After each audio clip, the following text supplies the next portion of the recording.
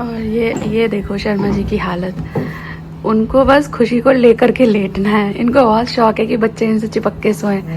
तो लेकिन खुद सोफे से बाहर निकल रहे हैं तो शानू मेरा पैर लटक गया, चेयर ला दे, अब मेरे हाथ के लिए चेयर ला दे।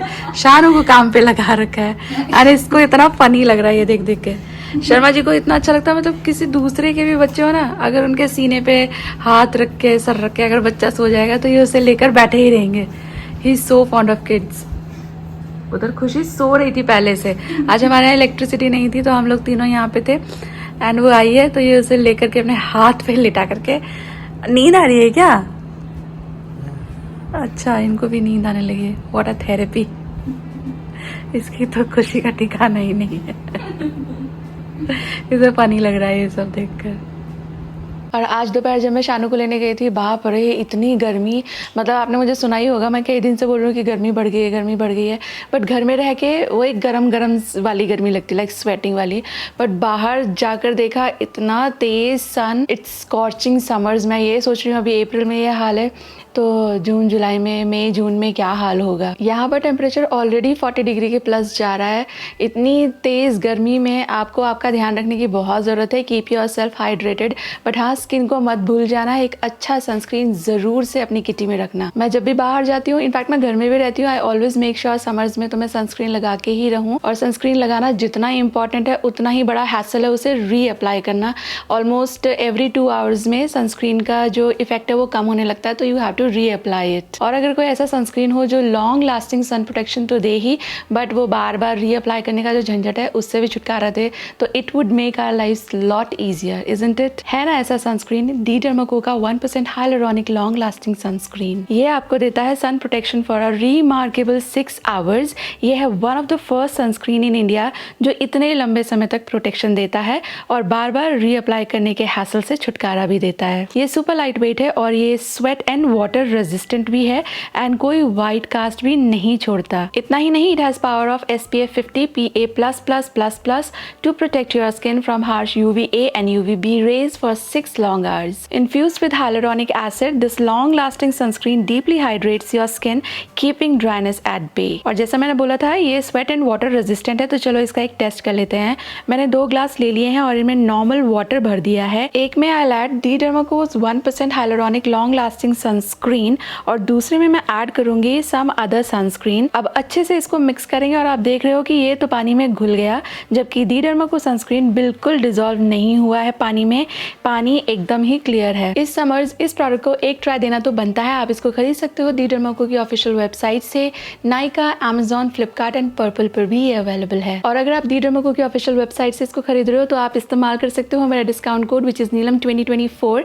इसका इस्तेमाल करने से आपको मिलेगा आपके ऑर्डर पे फ्लैट 20% का डिस्काउंट। और जब आप डी डर्माको की वेबसाइट से प्रोडक्ट खरीदते हो, they link your order to a child that they help to educate along with Bhumi and they have empowered 15,000 plus students this year with their Young Scientist initiative. All products by the Derma Co are fragrance free. आप इस product में interested हो तो link रख दूंगी मैं video के description box में, आप चेक कर लेना। अभी हम 4-5 ही लेने चलेंगे खुशी के लिए और शानू के लिए। शानू ने 2 मंगाई हैं। अभी शानू का पता है कुछ फिक्स भी नहीं है।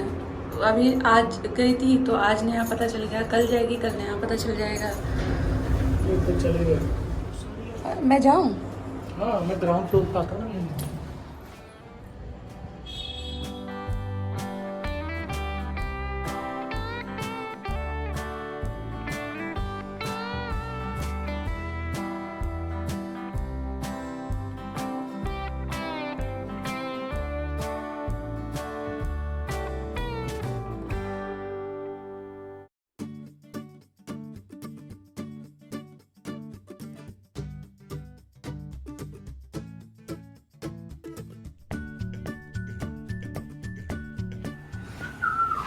खुशी इनफ है इतनी नोटबुक्स? यस। और आज एक्चुअली शानू को थोड़ा सा जल गया तो सिल्वरेक्स खत्म हो गई थी। मेरे हाथ इतने जल जाते हैं उस चक्कर में फिनिश होगी तो वही लेने गए थे हम लोग। दिखाओ शानू। ओहो,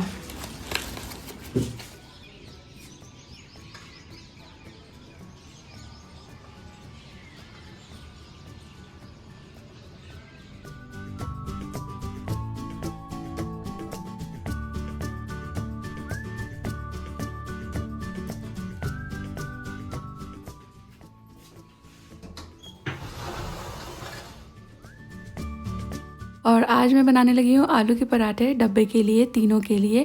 और आलू के पराठे मैंने बहुत वक्त से नहीं दिए हैं लंच बॉक्स में, तो मैंने आलू रख दिए उबालने के लिए। एक्चुअली प्लान ये नहीं था, मैंने कुछ और डिसाइड किया था कि मैं बनाऊँगी सुबह में, बट फिर मैंने एक रील देखी तो उसमें गुरु रंधावा को कोई पूछ रहा था कि आपका फेवरेट डिश क्या है, तो वो है ना फिर 2 ऑप्शन देते थे, जैसे कि पनीर टिक्का एंड दाल मखनी। तो he was choosing paneer tikka every time, और उसके बाद फिर पनीर टिक्का और आलू का पराठा कर दिया, तो ही चोज़ आलू का paratha. And then he chose आलू का पराठा एवरी टाइम, कुछ भी बोला तो आलू का पराठा। तो फिर मुझे लगा यार हाँ, आलू का पराठा सबको कितना पसंद है, और मेरे घर में भी सभी को, सबसे ऊपर जो हमारे सबसे सीनियर मेंबर है वहाँ से लेकर सबसे छोटे मेंबर तक सबको आलू का पराठा पसंद है। तो आई थॉट चलो मैं आलू का पराठा बनाऊँगी नेक्स्ट मॉर्निंग।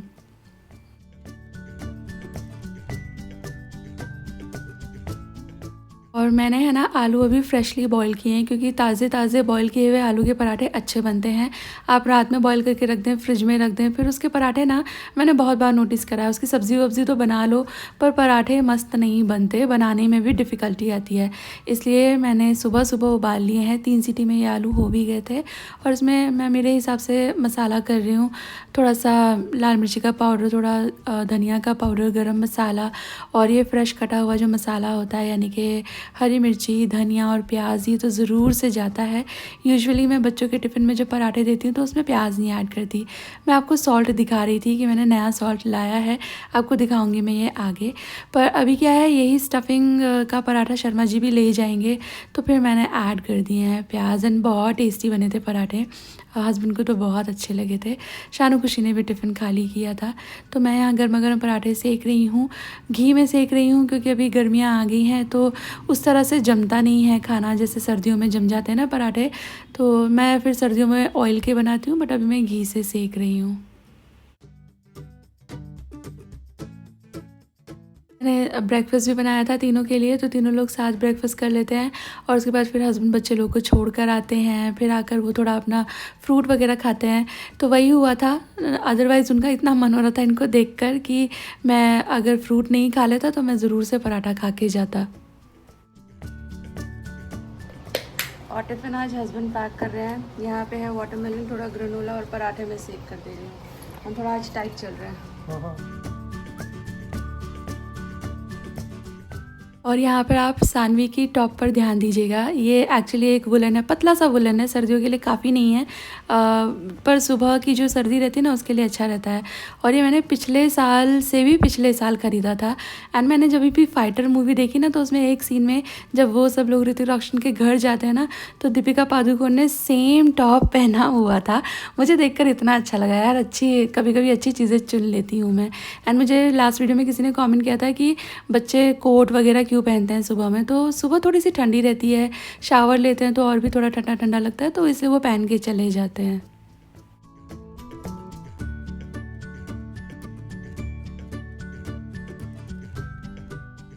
और ये हस्बैंड का टिफ़िन पैक हो रहा है, फ्रूट रख दिया है, दही रख दिया है मैंने। और ये वाला जो टिफ़िन है ये एक्चुअली 3 टियर है, पर इसकी फ्लेक्सिबिलिटी ये है कि आप 1 टियर 2 टियर इसको बना सकते हो। जो लिड है वो सभी पे स्नगली फिट हो जाती है। और पराठा मैं इस वाले कंटेनर में दे रही हूँ, क्योंकि अगर मैं उसमें दूँगी ना तो बहुत मोड़ना पड़ेगा और फिर वो अच्छा नहीं लगता है। तो ये वाले टिफ़िन में मैंने रख दिया है पराठा। ऑल्सो लास्ट 2 वीडियोज़ में आपने अगर देखा हो ना, तो हस्बैंड का टिफ़िन ऐसा वैसा जा रहा था, कैसा भी, तो मुझे ना वो थोड़ा ठीक नहीं लग रहा था। तो मैंने उनके लिए ये लंच बॉक्स केस जो रहता है, हॉट केस भी बोलते हैं, ये इंसुलेटेड है, और ये बल्फाइज का है, बल्फीज भी बोलते हैं, तो ये मैंने मंगाया था। और आज ही इसका श्री गणेश हो रहा है, तो मैंने रख दिया है पराठा और ये टिफ़िन। एंड थोड़ा सा अचार भी रख दिया था। ये बहुत अच्छा है, इसमें एक स्लीव है, यहाँ पर देखिए एक एक्स्ट्रा पॉकेट है। ये 7+ लीटर कैपेसिटी का है, तो अच्छा खासा इसमें सामान आ जाता है। एंड पीछे की तरफ एक स्लीव भी दी गई है। तो मैंने ये अमेज़ॉन से मंगाया था, मैंने ये सब देखा तो मुझे ये अच्छा लगा, तो आई ऑर्डर्ड इट। फिर मुझे याद आया कि मैंने खीरा काट के रखा हुआ है पीछे, पर वो डब्बा मैं रखना भूल गई। एक छोटा सा गुलाब जामुन भी मैंने रख दिया है, तो ये दोनों चीज़ें अभी और भी जाएंगी टिफ़िन के अंदर। मैंने ये पहले ही टेस्ट कर लिया था, ये जब आया था ना, तो मैंने इसके अंदर ये ब्लू वाला एंड जो अभी साइड में मैं रख रही हूँ ना, ये डाल करके देखा था कि ये ठीक से आ रहे हैं। आ गए थे तो मैंने ये रख लिया। अगर ये नहीं आता ना, मुझे छोटा लगता, तो मैं इसको रिटर्न डाल देती। But I am very happy with it. ये देखने में भी अच्छा लग रहा है एंड सी कैरी करने में भी कितना अच्छा लग रहा है। तो I am keeping it. Link मैं वीडियो के डिस्क्रिप्शन बॉक्स में रख दूँगी, इन केस आप इंटरेस्टेड हो तो चेक कर लेना। Bye bye, take care, bye.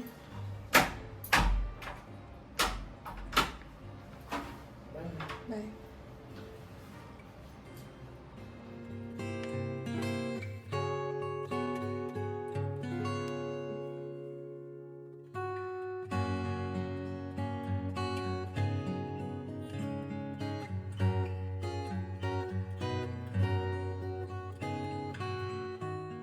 और हस्बैंड ऑफिस के लिए निकल चुके हैं। मेरे शुरू होंगे सुबह के सारे काम। तो सबसे पहले दूध है, दूध उबालना है मुझे। तो जो पुराना दूध का कंटेनर है उसको खाली करूँगी। मैंने बीच में है ना दूध बॉटल में रखना शुरू किया था, बट मैं सच बोलूँ मुझे थोड़ा फिजिबल नहीं लग रहा था। वो कई दिन मैंने खींचा कि शायद नया है तो मुझे आदत नहीं हो रही है, पर वो ना थोड़ा इनकन्वीनियंट ही था, थोड़ा सा सही नहीं लग रहा था। तो मैंने अभी बॉटल में दूध रखना बंद कर दिया है। मैं अपने लिए बना रही हूँ चाय, और ये है सॉल्ट जो मैंने नया मंगाया है। पिंक सॉल्ट मैं पहले भी यूज़ करती थी, लेकिन ये वो ना प्यूरो ब्रांड का होता था, पर ये मैं पहली बार ट्राई कर रही हूँ। एंड मैं सॉल्ट चेंज करती रहती हूँ। एक बार आयोडाइज सॉल्ट का पैकेट यूज़ करती हूँ, देन उसके बाद वापस से हिमालयन पिंक सॉल्ट। और मैं मेरा जो चिया सीड का ड्रिंक है वो बना करके रख रही हूँ। इसे रेस्ट करना ज़रूरी होता है सो दैट चिया सीड सोक हो जाए, बाद में मैं इसको पीऊँगी। फ़िलहाल मेरी चाय हो गई है तैयार, तो मैं ज़रा उसके मज़े ले लूँ।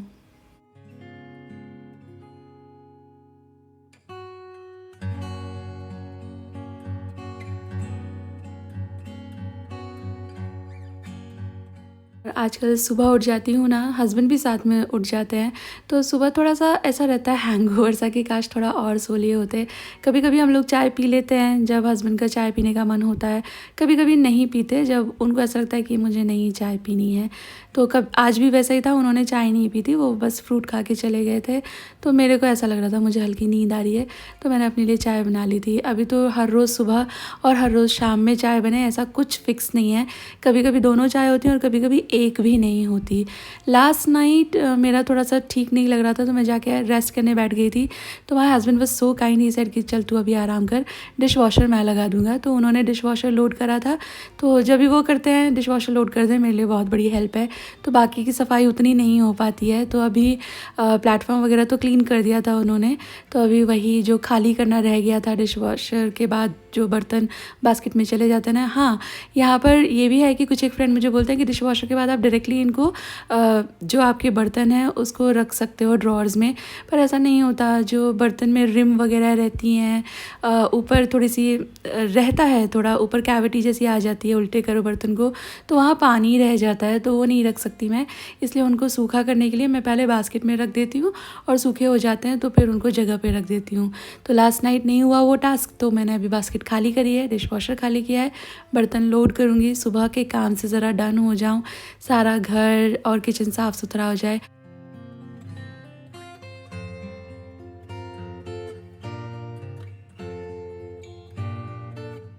और हाँ, बर्तन सफाई, डस्टिंग, कपड़े सब कुछ मैं ही करती हूँ, लेकिन कुछ टाइम से मैंने झाड़ू पोछे के लिए हेल्प रख ली है।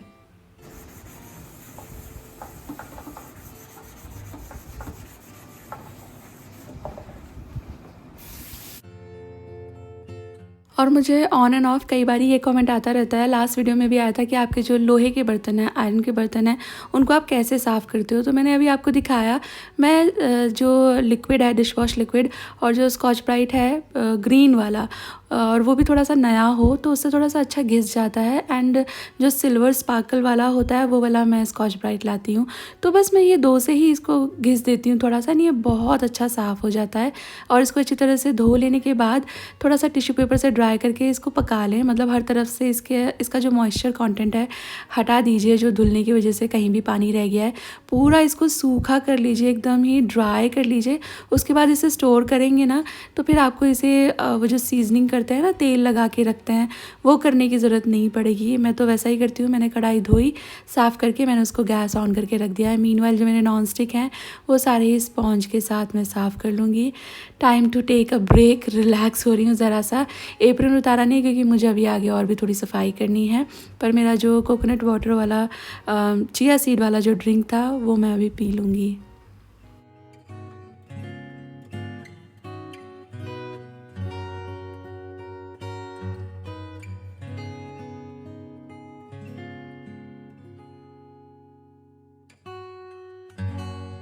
मुझे ये ऑयल डिस्पेंसर के बारे में भी बहुत लोग पूछते हैं। पिछली कई वीडियो में मैंने पर्सनली मतलब कमेंट में लिंक भी शेयर किए हैं जिन जिन दोस्तों ने पूछा है। बट आज की वीडियो में मैं इनका लिंक है ना डिस्क्रिप्शन बॉक्स में ही रख दूँगी। वैसे है डिस्क्रिप्शन बॉक्स में इनका लिंक, आप चेक करेंगे ध्यान से तो आपको मिल जाएगा। But I will check again, अगर इन केस नहीं है तो मैं इनका जो लिंक है वो अपडेट कर दूँगी। एंड इसके रिव्यू के बारे में पूछ रहे थे बहुत सारे फ्रेंड्स मुझसे, तो ये काफ़ी अच्छा है। इसमें से उतना ऑयल लीक नहीं होता जितना बाकी इस तरह के डिस्पेंसर्स में से होता है। मेरे पास पहले भी एक सेट था डिस्पेंसर्स का इसी तरह का कांच का, पर उसमें से भाई कितना तेल निकलता था। तो फिर मैंने वो रिप्लेस कर दिया, स्टेनलेस स्टील के ऑयल डिस्पेंसर में लाई थी, पर उसमें भी हल्का हल्का तेल तो निकलता ही था और उसका तेल है ना फिर चिपक जाता था और मुझे वो बहुत फिर घिसना पड़ता था। लेकिन यहाँ पे एवरी टाइम, क्योंकि ये थोड़े से छोटे हैं, ये इसकी यूएसपी है एक्चुअली, एवरी टाइम मैं इसमें से तेल दोबारा पोर करती हूँ ना, ये जल्दी जल्दी खाली होते हैं। बहुत बड़े रहते हैं तो वो थोड़ी सी देर से खाली होते हैं। तो जब भी मैं इसमें तेल भरती हूँ आई मेक श्योर कि अच्छी तरह से इसको वाइप कर दो। सिर्फ किचन टावल से वाइप करने से भी ये एकदम बढ़िया हो जाता है। ये बिल्कुल भी चिकना नहीं है, कहीं भी चिपचिपाहट भी नहीं आई है।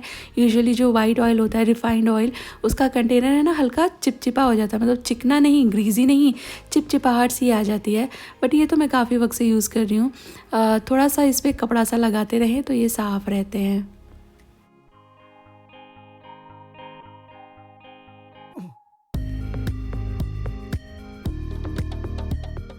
Good evening friends. और सुबह के बाद अब मैं आपसे मिल रही हूँ। एक्चुअली सुबह में ये तीनों लोग चले जाते हैं अपने अपने जगहों पे, तो उस वक्त मेरे पास काफ़ी सारा टाइम होता है ये सब काम करने का। एंड मैं सुबह में ये सारा काम करती हूँ, उसके बाद फिर मैं आराम से शावर लेती हूँ एंड देन थोड़ा मैं मेरा मी टाइम बिताती हूँ।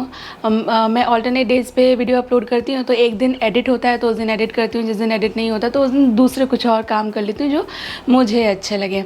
और आज मैंने ये वाला सूट पहना है एंड मैंने पहना हुआ है इस कलर का सलवार। इसमें है ना ये वाला कलर है, ये आप देख रहे हो, पर ये थोड़ा पीच कलर है, मतलब प्रॉपर पीच कलर है, ये कोरल कलर है एक्चुअली।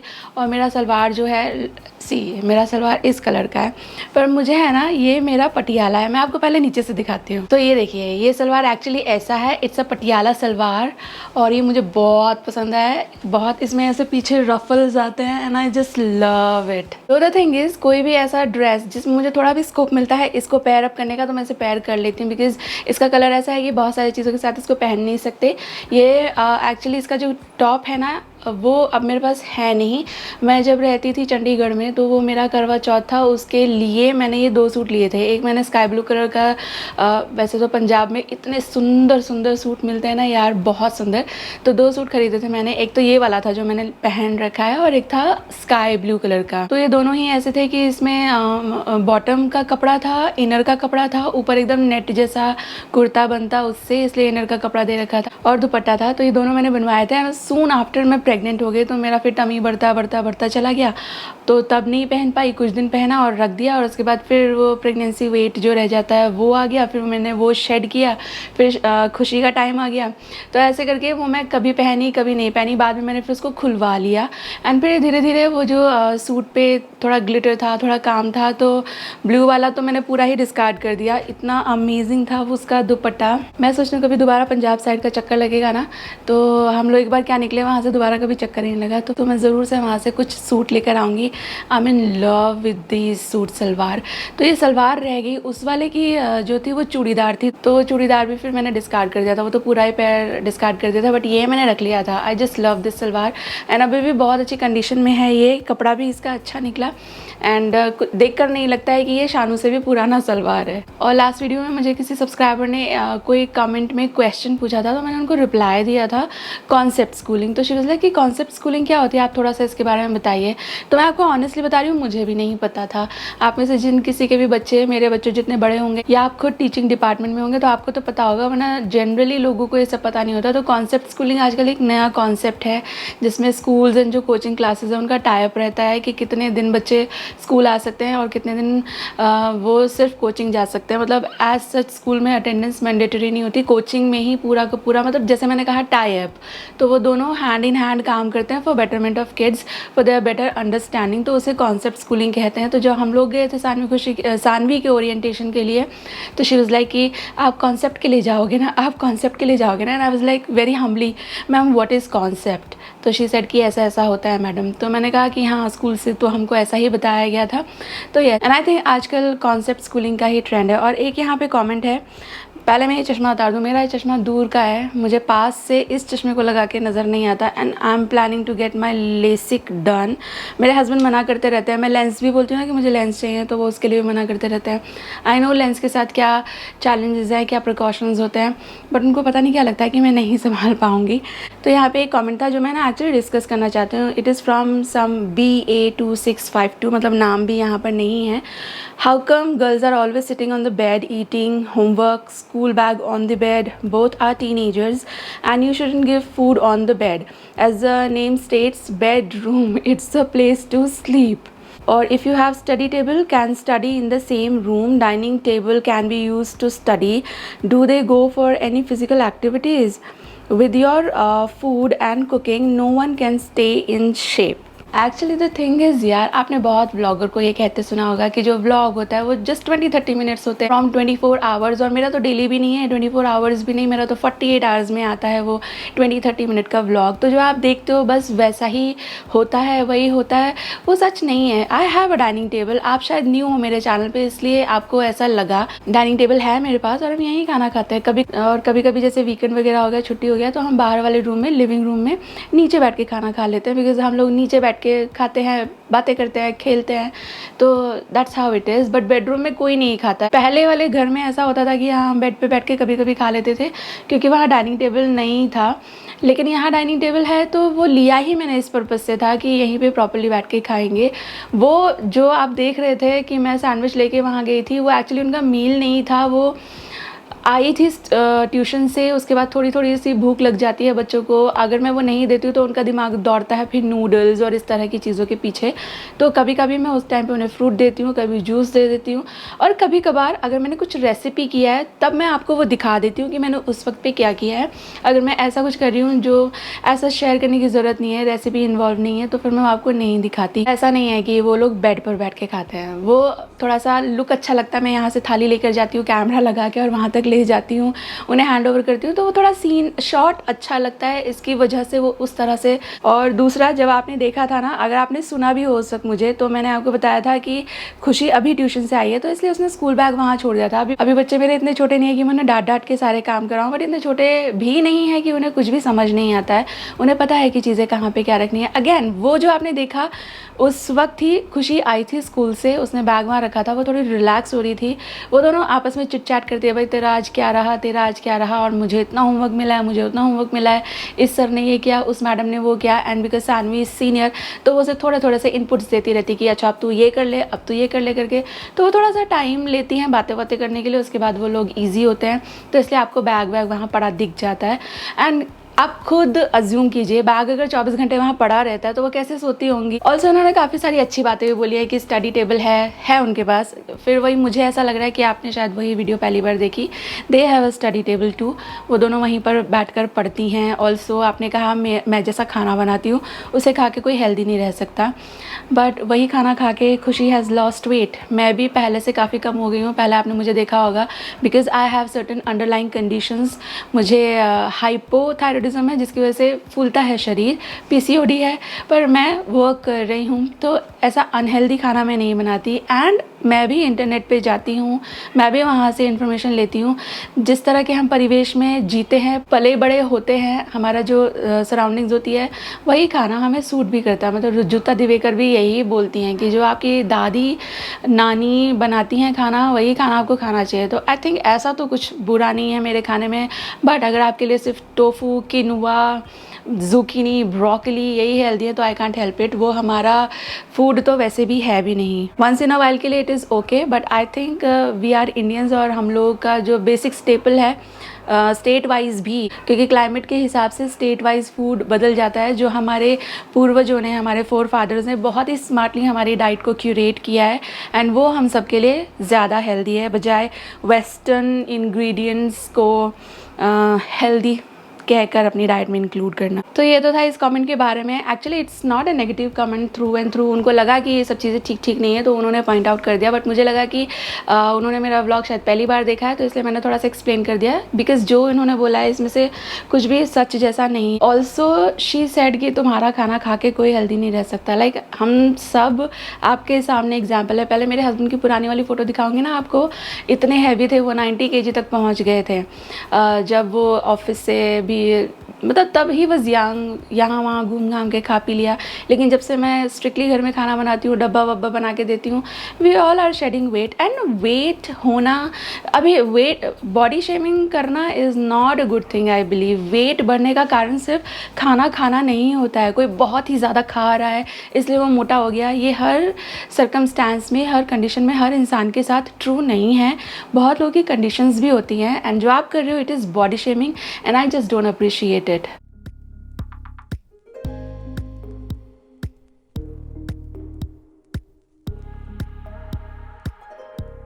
अभी गर्मियाँ बहुत ज़्यादा तेज़ हो गई हैं, तो प्लांट्स को एवरी डे वाटर करना होता है। विंटर्स में तो चल जाता था, 2-3 दिन भी नहीं करें तो इनको वाटर सुबह में हस्बैंड करते हैं। वो लाइक ये उनका रूटीन का पार्ट ही है। वो सुबह में सारे गमलों में पानी डालते हैं, शाम को मैं इन्हें एवरी अल्टरनेट डे पे वॉश कर देती हूँ कि पत्ते वगैरह पे धूल चढ़ जाती है। हमारा जो घर है उसके इस साइड रोड है जिस पे साइकिल से लेकर ट्रक तक सब कुछ चलता है, तो इस वजह से घर में भी बहुत ज़्यादा डस्ट आती है। तो एवरी अल्टरनेट डे मैं इनको वॉश कर देती हूँ, और ये एक्टिविटी प्लांट्स को भी अच्छी लगती है। उन्हें लगता है जैसे बारिश हो रही हो, दे फील हैप्पी, एंड पत्ते बहुत बढ़िया धुल जाते हैं। मेरा ये गमला देखें मिंट का, मुझे लगता है मिंट सर्वाइव नहीं करेगा। ये गमला बहुत बेकार बनाया है भैया ने, इसमें से मिट्टी लीक होती है। यूजुअली ये जो टाइम होता है ना शाम का, ये मैं मेरे लिए रखती हूँ हमेशा। आपको पता भी होगा मैंने सारी की सारी वनडे है ना इसी टाइम पर देख करके फिनिश करी है। तो कभी कभी इतना टाइम मिल जाता है कि एक एपिसोड देख लो, बट कभी कभी उतना टाइम नहीं मिलता। ये टाइम होता है जब शाम को शानू खुशी अपने काम पे लगी होती हैं, मुझे शाम का कुछ भी बनाने का रश नहीं होता, और हस्बैंड के आने में वक्त होता है। हमारे यहाँ पे शायद इंटरनेट स्लो है, और कल तो इतना परेशान किया इंटरनेट ने, बाय गॉड। उसकी मैंने जो मॉडेम है उसके 3-4 बार ट्रबल शूटिंग करी, तब जाके इंटरनेट ठीक से आया। सी इंटरनेट इशू। और मैं है ना एक मूवी शुरू करने वाली हूँ, इसका नाम है मैन कॉल्ड ऑटो या man named auto, I am not very sure. This is suggested by a dear friend Pooja Phogat, thank you. मैंने इसका है ना अ मैन कॉल्ड ऑटो, और मैंने इसका ट्रेलर देखा अभी फ़ोन पे, मुझे बहुत अच्छी लगी, एंड आई एम प्लानिंग कि मैं इसको शुरू करूँगी। ये नेट तो शुरू हो, and I am very sure Tom Hanks तो मूवी अच्छी होगी। मैंने उनकी वाली मूवी देखी थी, वो फैदर वाली, Gump, Forrest Gump, it was amazing. मैंने उसी की वजह से लाल सिंह चड्ढा भी देखी, मुझे लाल सिंह चड्ढा भी अच्छी लगी थी, एंड फॉरेस्ट गंप तो मैंने इतनी बार देखी है। या एग्जैक्टली दिस वन, लीविंग सून, आपने मुझे एकदम सही टाइम पे बताया, वरना लाइक मैं ये नहीं देख पाती। तो I am starting this today.